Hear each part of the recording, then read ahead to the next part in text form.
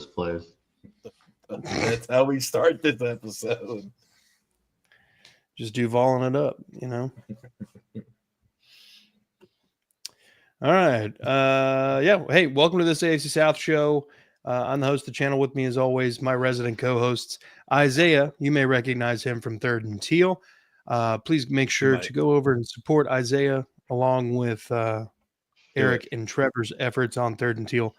Like, subscribe, notification bell. Do the same thing for Justin down here at the bottom right, resident Colts fan for the, you know, I guess he's kind of you and Jeff kind of alternate. Like it's like a game of musical chairs. Yeah, Jeff's on 1 out of every 10 episodes, you know? Yeah, that's all right though. He's a busy man. But you got to think he just got a new house, moving in, stuff like that. And today's his birthday, so I'm happy to fill in. I was a little caught off guard, but happy to fill in. Fuck Jet. No, I'm kidding. Love Jet. Yeah, it's not the Titans. I'm not gonna, it's not gonna go that far. Down at the bottom left, make sure you support Justin at Kingmaker Sports, as well as Justin and Jeff on Unstabled, and then Justin and Jeff again on Tag Team Talk. Down at the bottom left, we got Andrew, one half of Titans Stable for Two, holding it down, representing the Titans. I'm sure he's ecstatic after that miraculous win. And we're going to get into all of that in the first week since 2019, week 8 of 2019. This is the first time all 4 of our teams won in the same week. Woo, woo! Let's give it up for the AFC South, everybody. We're on the come up. We're coming. Oh, we're gonna come. We're gonna come. I just came. So, usually we go with like biggest loser first, but since nobody lost, I guess we can go smallest winner. Smallest. I still get winner? to go first. Smallest winner. Yeah. Smallest I still get to go first. Let's go. There we go, baby. Hey, look, at least more. That's all I got. There's a 1 in the win column, and that's all that matters. So, Andrew, 22-21 win over the Cardinals. Do you have our predictions? What are we thinking today? Do fucking all. Smallest winner. Winner. What were our predictions? Do you have our predictions there or no? We didn't do a preview. Oh, that's right. We didn't able to do it. Yeah, I mean, obviously a lot of things had to go our way. Dumb mistake by D. Ricardo dropping the ball at the 1, pulled his best of Donnie Mitchell impression out, and then an interception, a tipped interception that gets fumbled into the end zone. But you still got to make the plays, even when they make the mistakes like that. And it looked bad for 3 quarters on offense, but Cam looks so much better in a hurry-up offense. I feel like he's just so much more comfortable, and he really turned it on.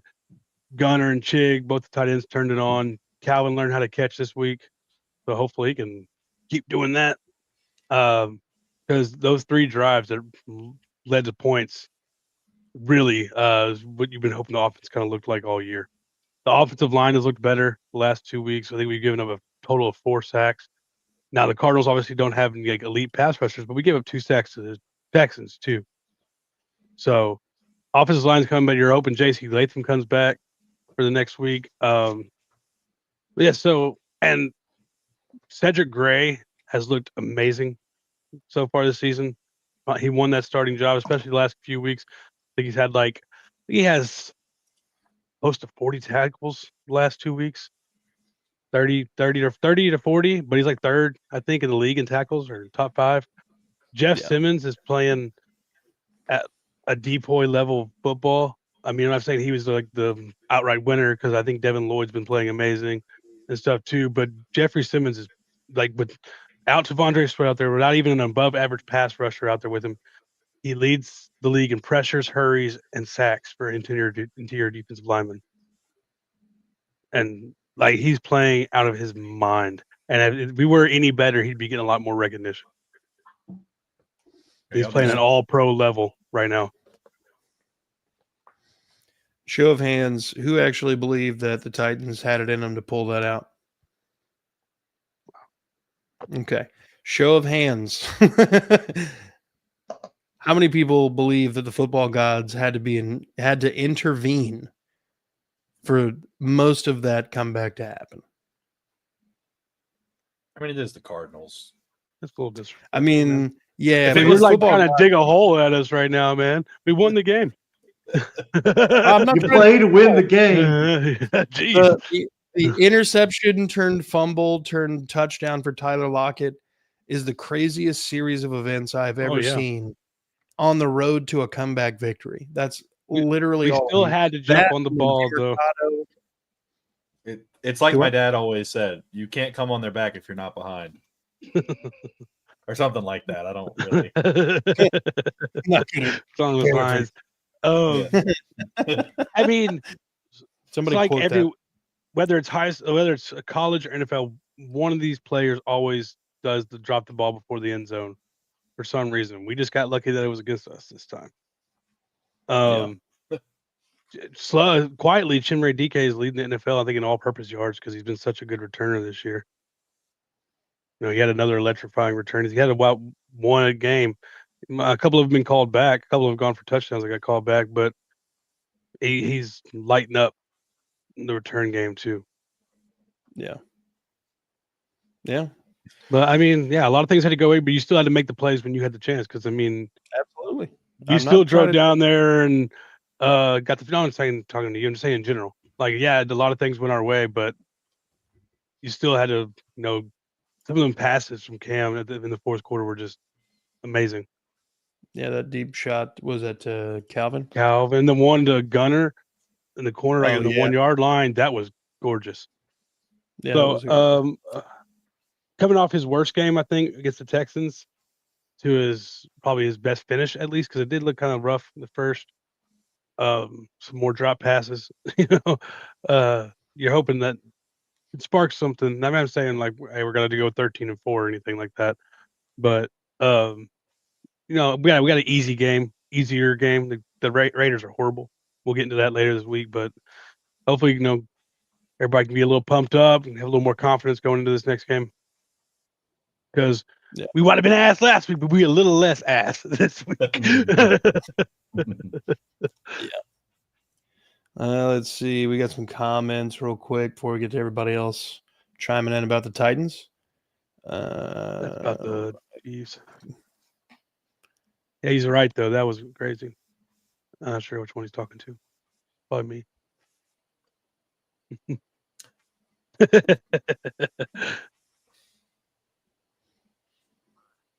Dude, the game started and Marvin Harrison had that amazing catch at the goal line.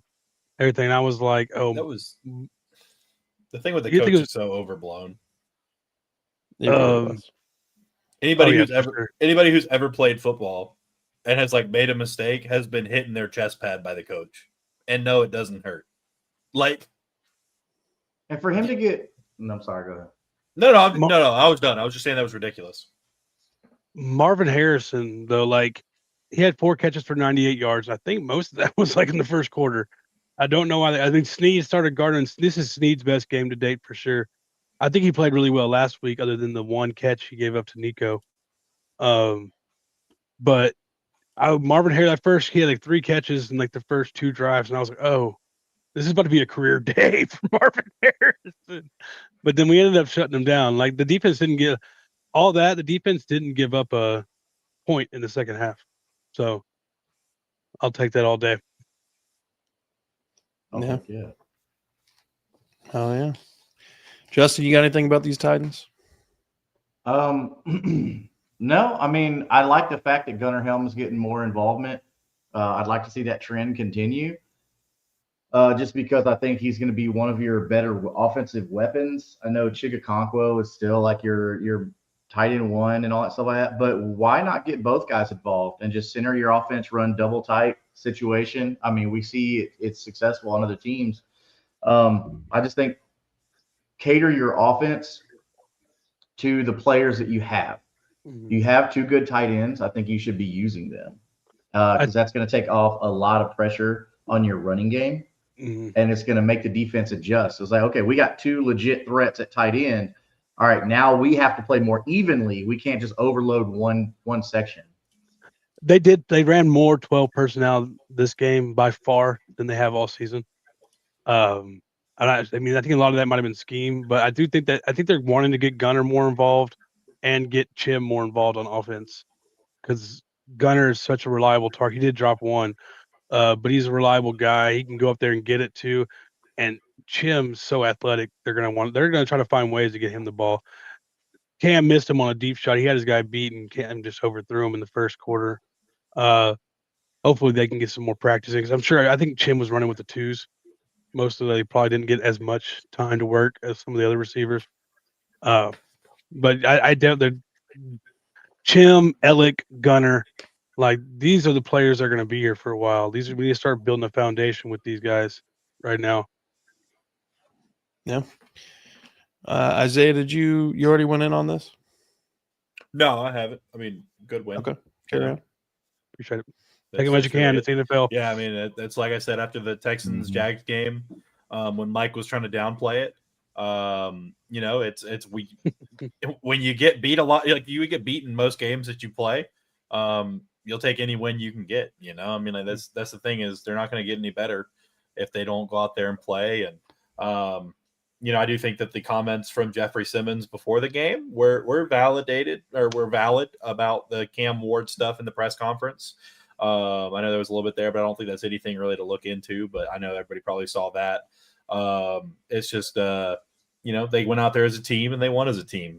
Whether they got lucky or not, it's still a one in the win column. So I think overall they're just going to continue to get better. But I mean, you've got a young core of guys, very promising over there, that they've got their guys. Tajay Spears is back, so maybe he can start working in and being kind of the guy they thought he was going to be, and really give Cam Ward 2 receivers, a tight end, and a running back to kind of grow with and move forward with. Yeah. They talked about that, and it came out today, like how everybody, like the locker room was really behind Cam and his comments. I think Jeff was kind of like, just like, you gotta be careful what they say to your media. Yeah, well, I mean, that's what he said. Take what you say out of context. Yeah, we Jeff said you agree with careful. you, because these guys are looking to make a story, out of it. Yeah, I mean, Jeff said that he thinks that everybody's going to come in and see it on film, and like they're going to work on it. But I mean, it's just, you got to be careful what you say to the media, which is 100% true for anybody that talks to the media. I don't know if they talked about this last year. Obviously, I wasn't with the crew last year. It's funny coming from Jeff, because he almost got in a fight with one of the radio guys while he was on air last training camp. Everybody hates that guy. Buck Rising? Yeah, everybody hates that guy.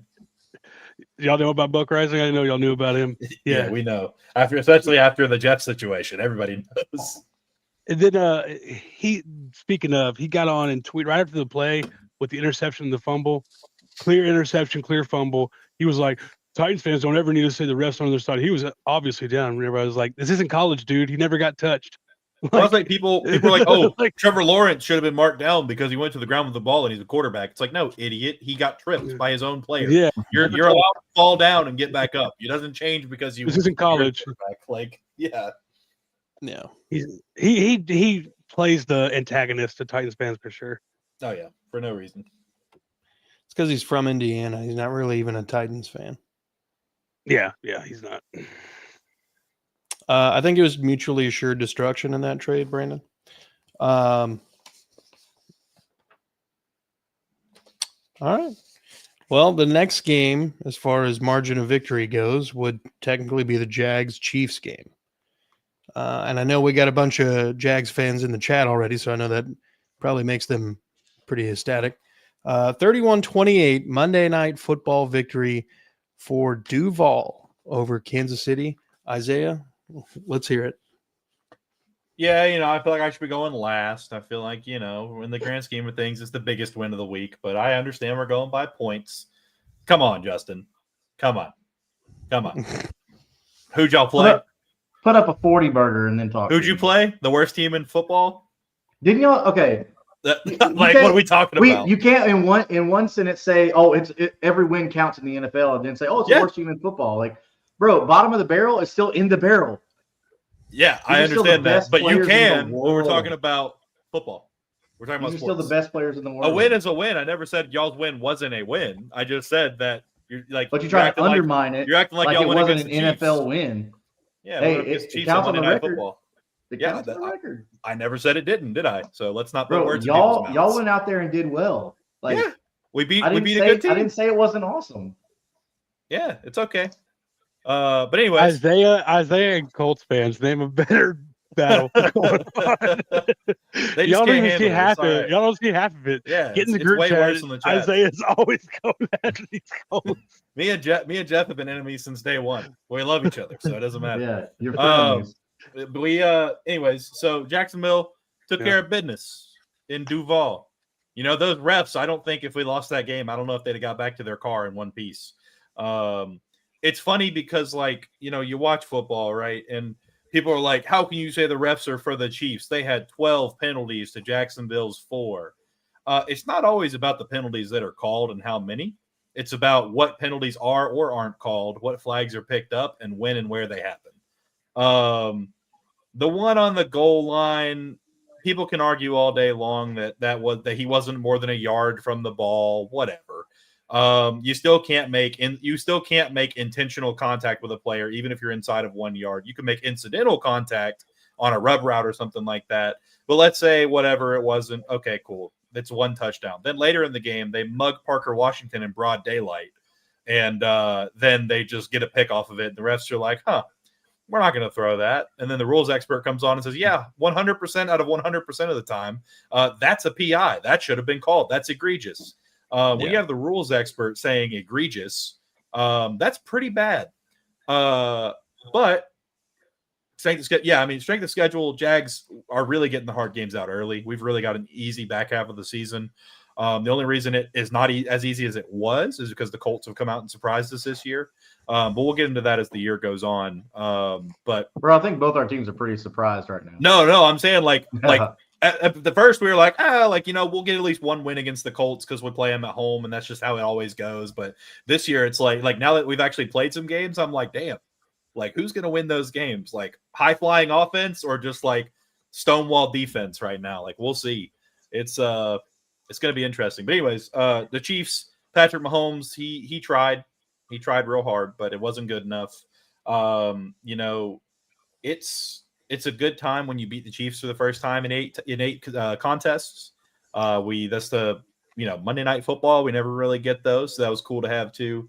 One in Jacksonville, the whole stadium was partying. Devin Lloyd had the longest pick six in the stat tracking era by a linebacker. Fun little stat there. And it's the longest, or it's the first 99-yard pick six or longer since 1941. We all know how those stats are, whatever. They're still stats. But it's a big play from him. People are like, oh, he played terrible outside of that. Like, okay, but he made a play that completely changed the momentum of the game. Yeah, So, he resulted in points on the board. Yeah. So don't disregard that because we had a player that 2 times resulted on points off the board. Yep. So I don't give a crap what people say. If it puts points on the board, I'm about it. Devin Lloyd he literally contributed to the win. Commercial. Right? I agree. Yeah, David, that's true too. But no, so it was a good win by the boys. He was sloppy. We have not played a clean game yet. I think that whatever team we get a clean game against is going to be real sorry. Because our offense they're just not playing super clean right now. It definitely hurts to lose Brenton Strange for at least 4 weeks. I'm hoping to get some more information on that. That was a big loss of this game. Jonah Monheim, our rookie center, got a good bit of snaps in. Travis Hunter had a little scare there, but he ended up going back out there and playing. And we're just going to keep on doing it. We're going to keep on Duvaling as we go. And to anyone that, sure, it didn't work, whatever. I'm not going to argue about whether it touched the line or not.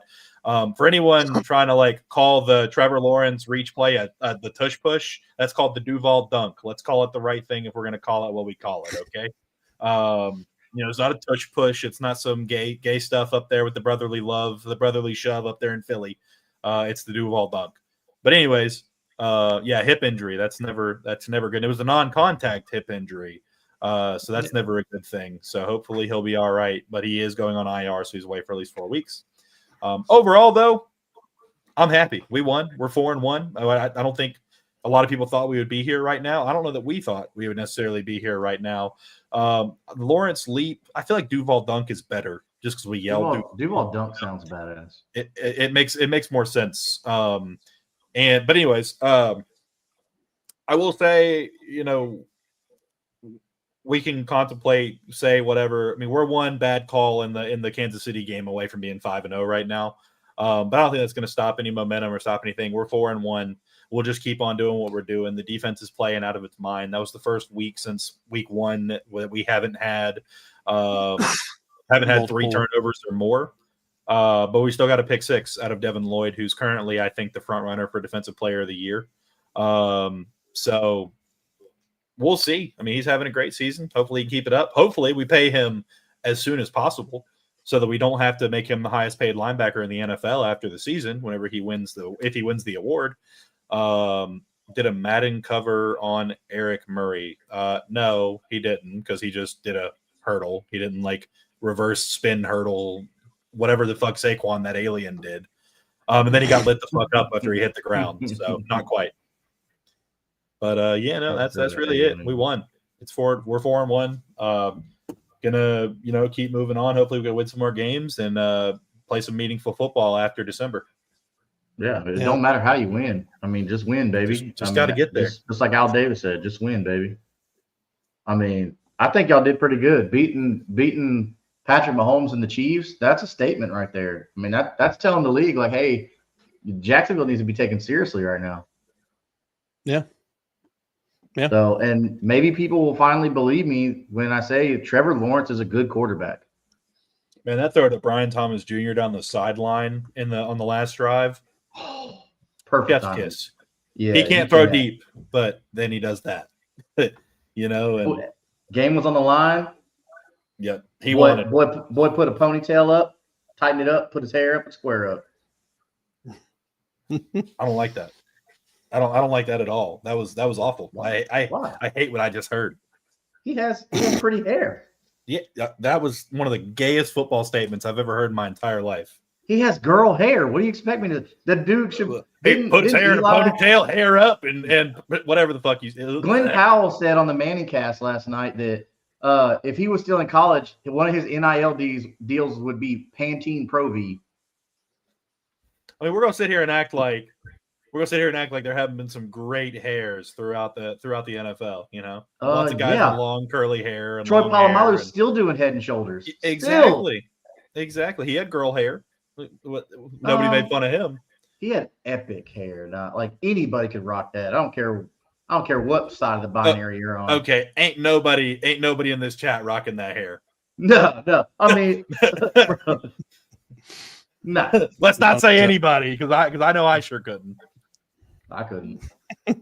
I keep it nice and faded. So before the game started last night, my son and I were sitting down to dinner, and we got the Monday Night Countdown on. That's my fucking call.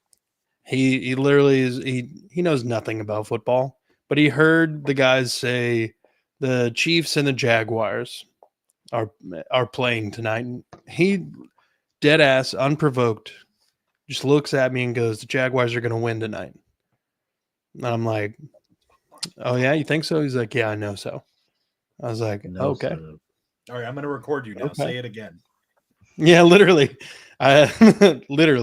Then I recorded it and sent it to the boys. But I just lied to the guys. But Isaiah said he'd buy you toys. Say it right now. Here's the script. It's on cardboard. Read it. Oh God. Yeah, and then shout out Case. I don't know who was working the cameras last night, but whoever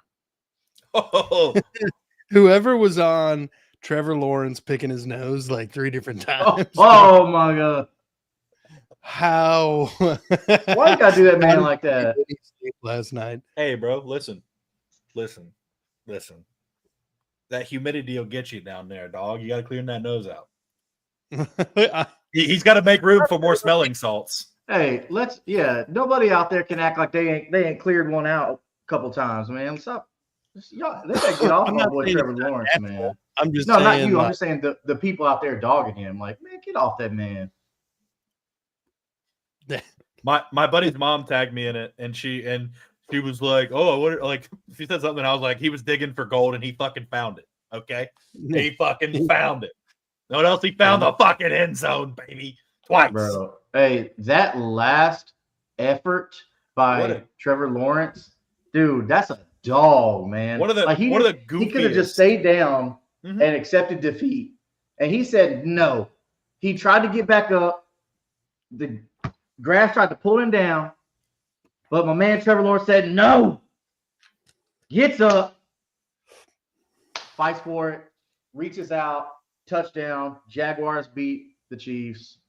Thank you, Trevor Lawrence. Yep. And I know it's funny too, because of course you have those people whenever he was drafted and after, oh, he doesn't care about football. Oh, he's never going to win you close, tough games because he doesn't care, and this, that, and the other. Yeah, clearly he does. And he fucking wanted it more. I mean, that's the only thing that can really be said about it. Yeah, he didn't let that guaranteed money go to his head like Chris Jones did, who clearly was just sitting there watching, like, oh, there's Trevor Lawrence going to run the touchdown. Okay. Yeah, on the Manning cast, they had Fred Warner on there. But Peyton's like, that's something I never did. He's like, whenever I fell, I just laid in the prone position until somebody touched me. But he's like, I've never seen that before.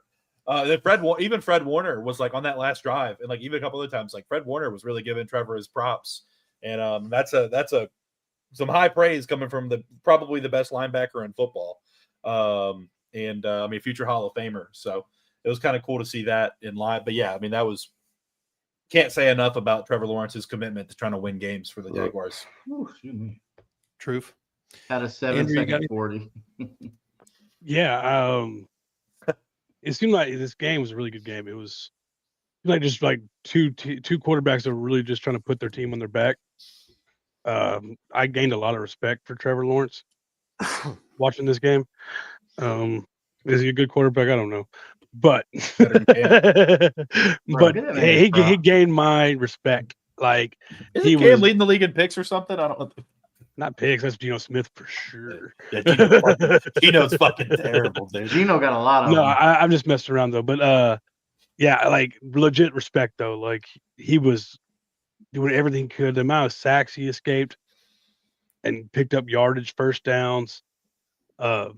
He gave it his all. And Patrick Mahomes was doing the same thing on the other side. And I think it just really boils down to the Jags defense is better. They wanted it more too, more than the Chiefs defense. And throughout this whole season, I mean, we thought the Jags had some players on defense, but I don't think anybody expected them to be playing at the elite level they are, especially with taking the ball away. With 13 takeaways through 5 games is insane. 14 takeaways, I think, actually. You would have thought, hey, Liam Cohen coming in, the offense is going to be the one that takes off, and the defense just needs to be average. But it's really been the other way around. The defense has been elite, and the offense has been average. So, Josh Hines-Allen made a couple really explosive plays. Shout out, that Jags defense has been all over the place. And Crazy Jukes are missing Walker. Trayvon Walker. They've been good at every level too. It's not been like the D line's taking care of it. It's really, they've been really good at all levels of the defense right now. I think Travis Hunter had his best game on both sides of the ball. That one catch over the middle for like 35 yards or 40 yards, whatever it was an amazing catch. Brenton. I got to put that one up there on live TV. I'll give you that. That's a good one. I do think it was Travis Hunter's best game so far this season. Really made it wasn't like, I feel like at the beginning of the season they were kind of trying to force him the ball and see if he could make plays, and like in short yardage, and like maybe setting up a screen for him and stuff like that. Like they really let him like loose a little bit this year, like threw the ball to him downfield and stuff, and he made some really good breakups on passes on defense. So I think they really want to give him a touchdown though. It seems like they really want to get him in the end zone. But no, it's a great game. Trevor, mad respect for Trevor after this game. We get this Trevor every week. He can pick his nose all he wants. I promise you he does. Whether we win or lose. He's still picking that bit. When you got Trevor Lawrence money, you don't give a crap what people think. Dude, if I had his money, I'd pick my nose right now from all of you. I don't even have his money. I think I'm going to give the first ever lunch pail to work carrying award to Trevor Lawrence. Oh, I thought you were Real going to say brings- Devin Lloyd. Well, no, see, Devin Lloyd gets the hard nosed Real film watcher. Yeah, The real film watcher award. He's Well, no, a because foot- they've actually Ooh, such a good ran that. defensive play. They've where he actually faked ran the that blitz. play inside of the 5-yard line. They've ran that play at least once every week and scored a touchdown off of it. Or they had like a dropped one on one of the plays. But they turned to literally an did the interception on that exact one, same too. route concept. And then this one, Devin Lloyd does the zero blitz, jumps off, and just takes it to the house. Which, goodness, that was the slowest 99-yard pick six I've ever seen in my entire life. But he made it, and I'm happy about it. So Count. Leading the league in interceptions, interception yards. Was I feel like James Harrison's Super Bowl interception was probably slower. That was a fumble recovery, wasn't it? No, I think that was a pick. I think he dropped back. Yeah. Anybody else got any Jags Chiefs comments? Good Nah. win. All right. Well, we have a little bit of a pickle here because the margin of victory for both the Colts and the Texans game is 34 points. So, Who'd you play? Well, they both suck. I think the Ravens probably suck a little less than the Raiders. Oh, the Raiders were definitely the crappier team this week. Yeah, for sure. Like if Okay. Lamar Jackson's playing for the Ravens, it's a different situation. yeah. You may Is it still have though? won, but maybe not by as much. No. But Lamar's been such a I don't disappointment know. this You year. wanna paper rock scissors for it? To who goes first or who goes last? See, I would, but my internet is still laggy. So it would be Unfair very advantage. disadvantageous. You could have fucking rock out for like a whole 4 seconds before I even react. So, All right, well, we'll make it easy. I'll go. okay. I mean, I was going to say that we could to justify it, we could either say whoever. I mean, we have a better record. We can go off that. Well, Which I was going to quarterback say had more passing yards? scored the most points or who allowed the most points the last couple games. And so it's easy for you because you got 0 against the Titans. I know. Who allowed the least amount of points in week 4? That's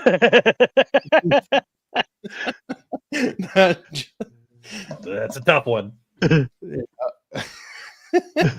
Yeah, Ravens D has been bad all year. I don't mind going right now.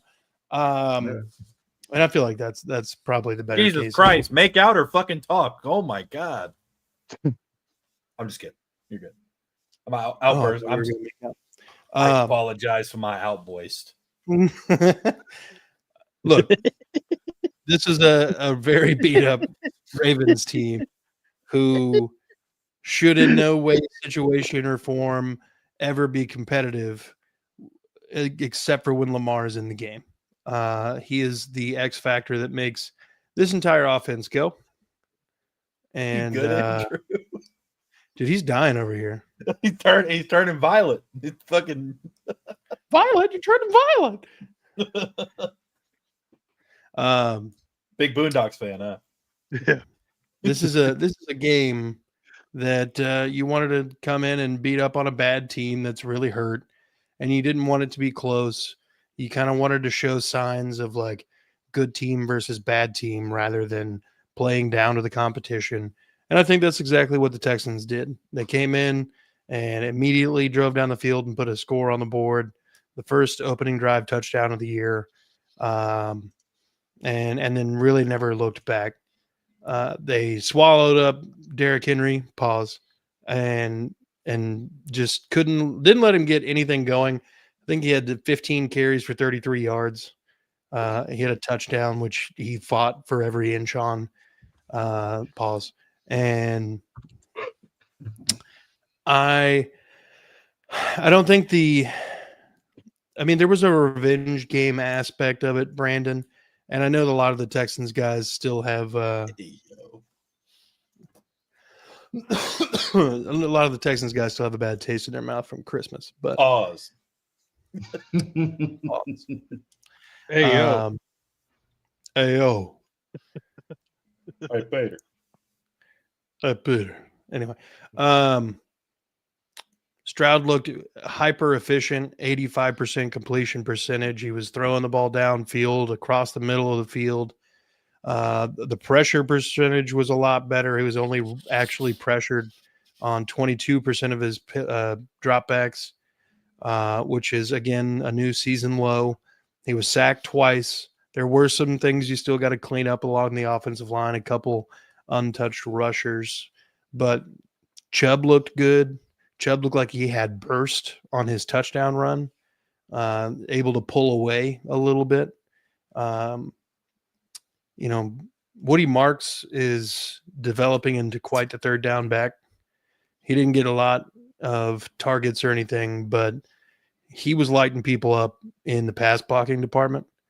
He is not afraid to hit anybody. And I cannot stress enough how big that is in situations where you're not getting the ball to that guy. Yeah, I mean, it was just efficiency all around. The defense did its job. Will Anderson Jr. is a pressure machine, and I feel bad for any offensive tackle who's got to deal with that man for a whole game. I think he was like a 34% win rate or something. It was crazy. But yeah, I mean, we did what we had to do. We didn't fuck around. Caley looked like he has opened up the playbook a whole lot better. And this was the second game in a row that D'Amico Ryans was not calling the defense, and he was kind of monitoring the offense pretty heavily.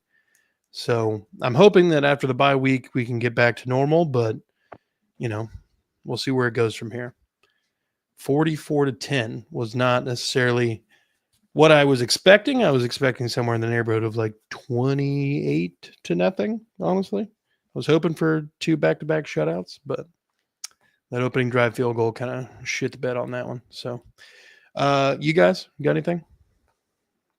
That Raven defense sucks, don't they? Yeah, they're terrible. They're really bad.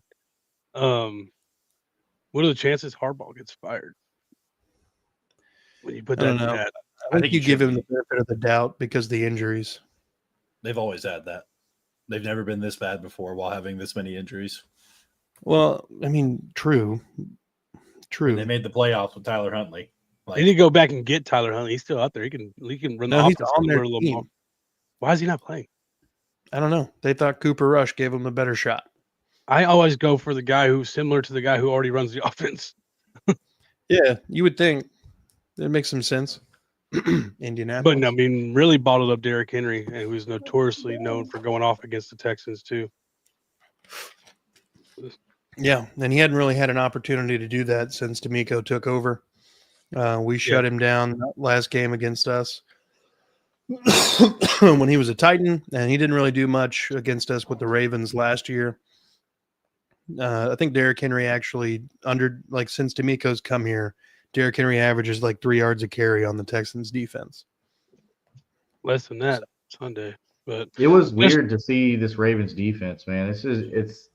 It almost seems unnatural, man, to see him play so badly. It's the highest point total any John Harbaugh defense has allowed. It's the highest point total. I think it was like 15 points away as a defense from allowing more points than the 2000 season Ravens did. Dang. And that's like arguably like the best defense of all time. Mm-mm. Yeah. They allowed basically as many points as the Ravens have allowed in 5 games in one whole year. So, I mean, the cliff dive was wild here. And then they traded their best edge rusher. Odafe Owe is now a Charger. Not best edge rusher. Best healthy, best available one, not named Kyle Van Noy. So, I mean, the Ravens are feeling it right now. So they definitely shut Derrick down his last season with the Titans, but his last year he went off for 147 yards and a touchdown on 27 years. They beat y'all 31-2. What was the carry, or what was the average? 5.4. But maybe together it's probably under 3 because they held him to 0.9 and like 2. So maybe, but he did go off last year. Yeah. Well, I mean, the Ravens went off last year. It was a 31 whole to 2 thing. against y'all last year. Yeah, that's why they wanted to beat the fuck out of the Ravens this year. So I got a big question as far as like the Ravens, man. So we see how bad it is. Now I understand it's part of Lamar Jackson not being there, and then part of the defense, being injured and not doing so great. But let's just look at the offensive side of the Ravens football. They could get anything going without Lamar Jackson. So I mean, what does this say if you're Lamar Jackson going forward? When you're negotiating your own contracts, saying, hey, like, you are nothing without me. You will pay me whatever I want. And if that's the case, like, do you see now, like, hey, we need to invest in a quality backup quarterback at all times? I think every team, like the injury rate is 100% in the NFL. Like you need to have a quality backup regardless. Well, the Ravens didn't believe that because they had Cooper freaking Rush. Hey, Cooper Rush has won some games for Dallas. They thought Lamar Jackson was just never going to get hurt. I just don't think there's that many what GM is out there. Well, that's fair, but you know what? Like you can groom and stuff in the draft. You'll pay up to get those backups and stuff like that. I mean, Daniel Jones was out there. No, yeah, you're right.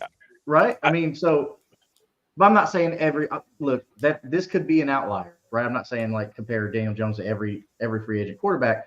But all I'm saying is, from a GM standpoint, I want to build a successful team, and I have to think, okay, what if the number one goes down? Will I still be able to function properly with my number two? Now that's running back, tight end, quarterback, whatever position have you. But it's like, quarterback's obviously the most important. Who made that decision to say Cooper Rush is the best option we can go out and get? It wasn't, man. I don't know how long Lamar's going to be out, but I mean, the risk of injury is always there. If I'm them, I'm going to go try to trade for Jameis. Bro, yes. At least Jameis can sling it. At least put some points up. He might throw an interception or two out there, but he'll throw a touchdown too. He'll throw a couple touchdowns while he's at it. Yeah, and he got some fight in him. I mean, I think his best statistical year as far as touchdowns and yards, he also had the equivalent of interceptions to touchdowns. It was 30-30, I'm pretty sure. Yeah, it was like the same. So, but you know what? That's still 30 touchdowns, regardless of the 30 interceptions. But anyways, I'm sorry. That's just... You're fine. I mean, Anthony Richardson could. There you go. But after talking with JJ Stankovic today, it doesn't look like they're even remotely entertaining the thought of trading away Anthony Richardson. Yeah. I mean, the compensation would have to be pretty solid. As for the Texans, just kind of the closing comments on this, I guess. You put together, 5 quarters of an offense, really churning. Maybe you can grow with that momentum in the bye week. And, you got the Seahawks on the other side on Monday Night Football in Seattle. Extended bye. Yeah. So Will Levis is out for the year, Brandon. Yeah. So, I mean, you're getting healthier, and then you come back and you're playing a pretty solid team. Hopefully you got to carry that momentum and efficiency that you were doing for the last couple of weeks there into that game and be solid. But that leads us into the final game. That would be the Colts taking on the lowly Las Vegas Raiders. Geno Smith experiment not looking too hot right now. Justin, why don't you tell us about the 40-6 shellacking? Yeah, so the Raiders, they definitely were buying into the hype of Geno Smith's success in Seattle, which we're seeing now that with Sam Darnold going there and continuing his success that he had in Minnesota, that maybe it was the system there that Geno was a product of. Geno's never been a really great quarterback. He's been serviceable. And I will argue with anybody who says that Geno's been a great quarterback to this point. The Raiders were not able to put anybody in the end zone. They only were able to kick 2 field goals on the day. On a day where Gino only completed 25 of his 36 for 228 yards. He didn't throw any touchdowns, but he did throw 2 picks. One of those picks was to defensive lineman Leatu Latu, which was weirdly enough his second interception on the year. So this is odd. That hasn't been done in a long time for Latu, a defensive lineman, to have 2 picks in the first 5 games. So look, Ashton Genty. If I'm Ashton Genty, man, I'm so aggravated because the Raiders, yeah, you went and drafted me early, but you didn't give me any help on the front line, like at all. You just thought Genty was just going to come in and just be able to run just like he did in college. But again, we're seeing this isn't college. So the offensive line here is killing Genty, man. I mean, 14 carries, which I get it. You're down most of all the game. Let's not be after the first drive, like you're down the whole game. But you only fed your best offensive weapon 14 times. I mean, yeah, he got 7 targets, but still, like you only fed him on the ground 14 times and only got 67 yards on the thing because he couldn't find any running lanes. Everything he's doing, he's having to manufacture himself. So if you're Ashton Genty, you're not feeling real great. They got to figure out a way to get Ashton Genty more designed plays. Like figure out what other teams are doing, getting their running backs going, and do that. Either that or, bro, just go all offensive line heavy. Leading receiver for the Raiders was Trey Tucker. He had 62 yards, but the long one was 33.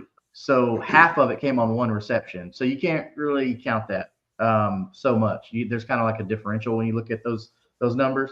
But the Raiders defense, though, they weren't able to get any sacks. They only had 2 tackles for loss, and they only got to Daniel Jones 3 times. That's horrible. That's horrible, especially for a team that has Max Crosby on it. And Devin White's been playing pretty good too, but the Raiders just they're not getting that push that they need to. If you're not doing that, then that means you're not rattling quarterbacks and you're letting running backs gain yards every time. So I don't know if they need to remember the Titans and say, hey, they're not going to gain another yard or something. I don't know what the Raiders defense needs to do, but they are horrible right now. And who was it that said they're playing the Raiders next week or this week? So Titans, you should do very well against the Raiders. You should be picking up your second win of the season against the Raiders, even if Brock Bowers comes back and Michael Mayer. Like it doesn't matter. This offense is horrible. The defense is horrible. So I fully believe that your defense is going to be able to contain them. But if this puts anything else into perspective for the Raiders and how bad this defense is, they've had 2 interceptions through 5 games. Only 2 fumble recoveries, and only 8 sacks. So they're not penetrating. They're not doing well on defense. They're not getting turnovers. If you're not getting turnovers, then that's not good. You're not helping your offense out. You got to get your offense the ball. On the flip side of that, the Colts offense, 40 points. I mean, they're just continuing to roll. But that's not because they're doing anything crazy, though. If you're watching the game, you're seeing, okay, these are basic like football plays where as far as like what I mean by that is Daniel Jones isn't manufacturing things. He's still just the same formula, just sticking to what works, hitting the open man, no matter who it is. He's distributing the ball well to everyone. So when you have Daniel Jones doing that, you don't need to draw up special trick plays or anything like that. And then Jonathan Taylor. So Jonathan Taylor is continuing to be the best running back in football. He racked up 66 yards on the ground, but he had 3 touchdowns on the ground too. So now Jonathan Taylor's 17 carries compared to Genty's 14 carries. There's a reason for that. Game script dictated that, hey, we don't need to run our best offensive weapon into the ground today because everybody else is getting it done. So, and he's still involved in the passing game. He got four targets, 3 catches for 20 yards. So Jonathan Taylor is to me is the focal point of this offense, and everybody else having success off of that because the offensive line is creating these gaping holes for Jonathan Taylor to run through, leading to success, leading to offensive success in the passing game in the form of open passing lanes. They're having to respect Jonathan Taylor so much, you can't just send a spy, send somebody over top of Pittman or Downs or Warner or whoever you're picking that week. You can't do that. So also, Pittman, this is something everybody was down on Pittman last year because look, last year was just a bad year for the Colts, man. It wasn't great. Anthony Richardson wasn't doing it for us, but Michael Pittman Jr. is getting more and more involvement in this offense, which is good because this should be your premier pass catcher right now as far as your alpha, if you want to use that term. I know a lot of people like that term. So using him, which is also going to open up for Tyler Warren, who hands down the best tight end in football right now. I don't know how you argue against that. I know Isaiah, you and I and Jeff were going back and forth about Brenton Strange and Tyler Warren last night. He's letting him off with a warning. He's going to take a break on IR and let Tyler Warren kind of, do his thing. Yeah, which is very, very nice of Brenton Strange. Very nice of him. I appreciate that. But if Mika Egbuka wasn't having the season that he's having right now, I mean, hands down, Tyler Warren's front runner for Rookie of the Year. But we'll see how it goes. What myself and Jeff were talking about with JJ Stankovitz of Colts.com earlier today is that Tyler Warren looks like a seasoned veteran out there. He's not shaken up by anything. Nothing that he is seeing here on the NFL level is nothing that he is uncomfortable with. Like, so to explain his football IQ for you. So there was a play that they ran. They tried to run a little trick play throwback where he was gonna act like he was gonna run the ball out on a sweep and then toss the ball over. Right? Play we've seen in the NFL hundreds of thousands of times. But the difference is, instead of doing the typical rookie thing, egotistical thing, and say, oh, the pass isn't there because everything was covered tight, the normal egotistical rookie thing would do like, oh, well, let me just still run and try and get whatever I can. No, he didn't do that. He understood that, hey, they're in my face. I'm not gaining yards on this. I will actually probably lose yards on this. So what does Tyler Warren do? Tyler Warren throws it away, and you live to play another down. Don't lose any yards. You just lose it down. That's it.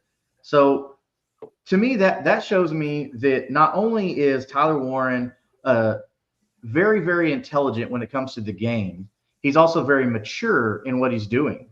So looking at the versatility that they're using Tyler Warren with, I'm loving the fact that, and this is just Colts fans everywhere that I've interacted with online, in person, what have you, like they're really, really excited about how this opens up the playbook, how much Shane Steichen and Jim Bob Cooter can use a player like Tyler Warren. Because it's not like when you line your tight end up at fullback, you're like, oh, he's just gonna block, right? With Tyler Warren, you can't think that way because they could hand him the ball. He could block. He could go out for a pass. He could do a throwback. Like Tyler Warren can do it all at that position. So to have that kind of weapon is invaluable, man. You cannot put a price tag on that. And we're seeing that.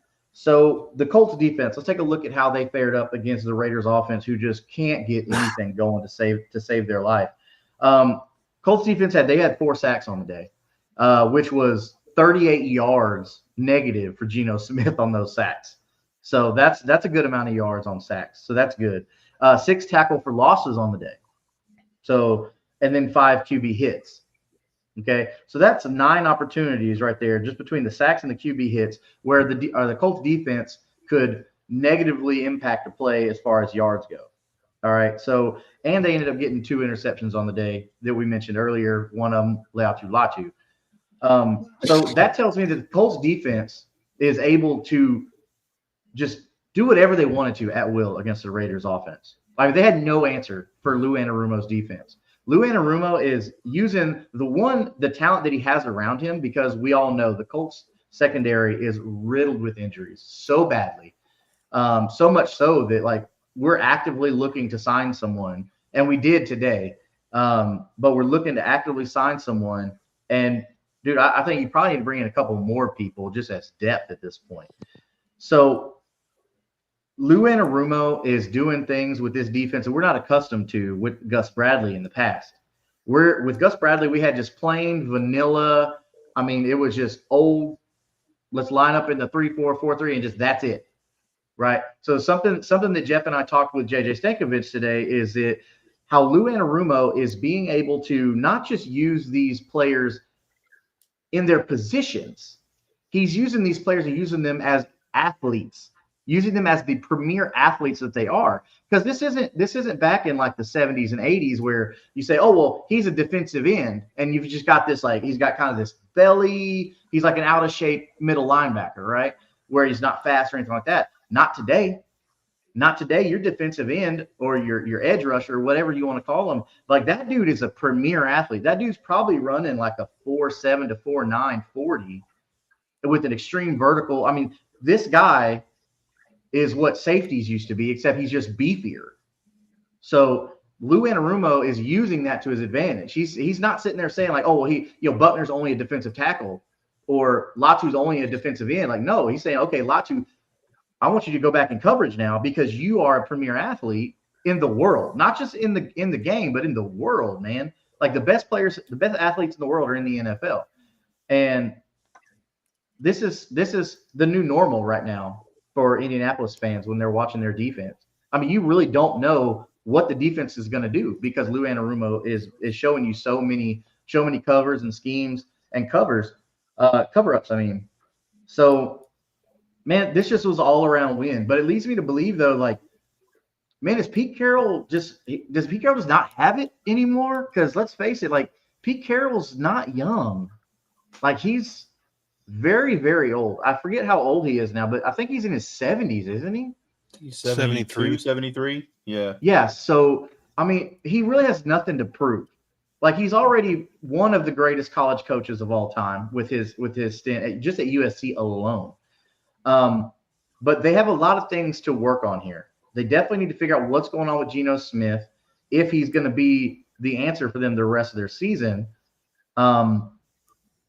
But man, it's not looking good for the Raiders offense, but it's looking really good for any team playing against the Raiders the rest of the season. So that's how the Colts Raiders went. It was 40-6, Colts on top. Colts advanced to be 4-1, joining the Jaguars in the AFC South. The Colts are actually the number 1 team in the AFC. I don't know if y'all knew that or not. But as of right now, they are the number 1 team in the AFC, only edging the Bills for that spot because the Bills lost an AFC game and the Colts did not. The Colts are undefeated in the AFC. But I think this just makes more – this is like watching Third and Teal. But this is kind of leading me to believe that this is going to be Jaguars Colts for the AFC South, man. And I don't think it's going to be a boring game either. And I don't think anybody would have said that beginning of the year that Jaguars Colts for the AFC South. Is that a Trevor reference, Isaiah? Yeah, it's a Trevor reference. Because he just rambles. Oh, well, I'm not rambling. I'm actually like spitting facts here. So that's what Trevor would say too. Oh, okay. No, you were, but not just long-winded, not rambling like you're not spitting facts though.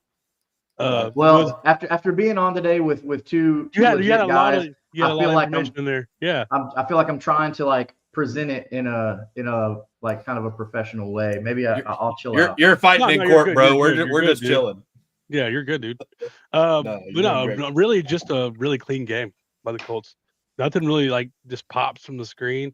No, just did everything right. No sacks, no turnovers. I mean, JT had 3 touchdowns, but he did it on less than 4 yards of carry. Like it was just a very efficient, clean game. And that's all you gotta do is against a team like the Raiders because they suck. Yeah, just don't mess up. Like, they might be the worst team in football. Game. Yeah. When y'all play them, as long as the Titans play their game, play everything the best they can, and just let the Raiders suck, man. That's all you gotta do. Yeah, no doubt.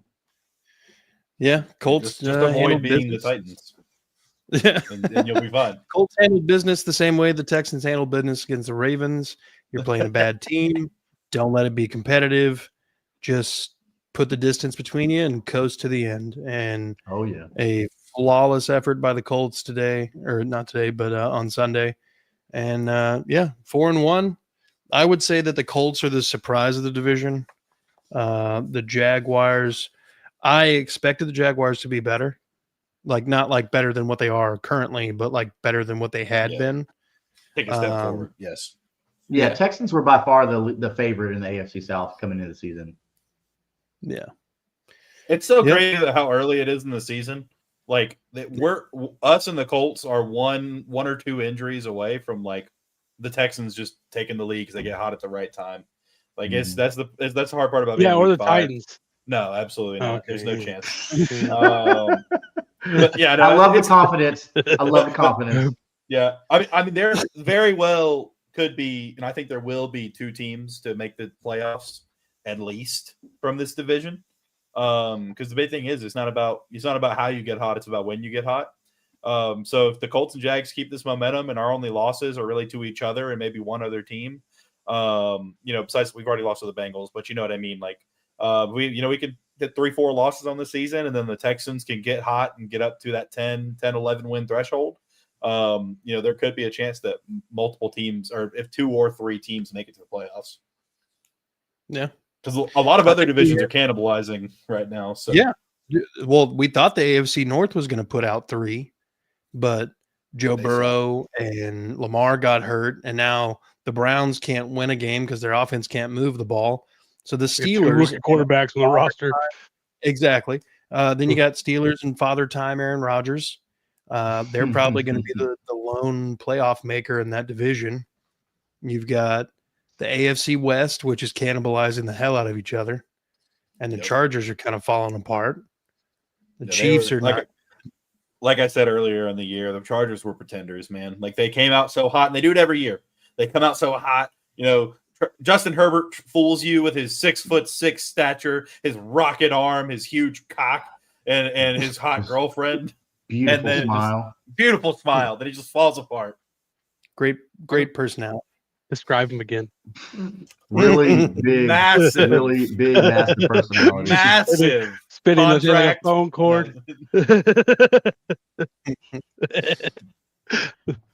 So I mean, I jive with the idea that the South throws in 2-3 teams. It's possible. Yeah, but 3 of us. You're right. It could be any of us. It could be any of us. Yeah, it could be any of us. Colts, Jags, and Texans. Hey, don't step on. We're not statistically eliminated yet. There's no necessity in you stepping all over my joke, okay? Just because I like to be stepped on in the bedroom doesn't mean you got to do it on here too, okay? Well, look, I think that's a good spot to go ahead and wrap it up. Hold on, Justin, you got anything else to say? No. I got a vasectomy. I don't wrap anything up. Neither does Andrew, and he doesn't. So, well, look, what? You're pregnant? Yeah, I got something to say. If you're hanging out, we got Kingmaker Sports coming up immediately following this show. Yep. Oh, y'all going live? Go check that out. Every Tuesday night, 9:30 Central Time. Go ahead, head on over to Titans Table for 2. Support Andrew and Christian, holding it down from the Titans' perspective. Like, subscribe, notification bell. Do the same thing for Kingmaker Sports. As you just mentioned, they're going live here in a moment. Do the same thing for Unstabled and Tag Team Talk if you're a wrestling fan. Like, subscribe, notification bell. Do the same thing for Third and Teal for Isaiah and the Jaguars, Trevor and Eric. Like, subscribe, notification bell. And then do the same thing for this channel and That Real Texas Team podcast as we're all trying to grow together. That being said, folks, thank you guys for taking time out of your evenings away from your families and coming on to talk AFC South football. Thanks for being in the chat, Brandon, Robert, David, a couple others. It's a lot of fun. Gentlemen, have a good night. 'Twas never the Titans. Trevor Lawrence didn't cross the goal line. Yes, he did.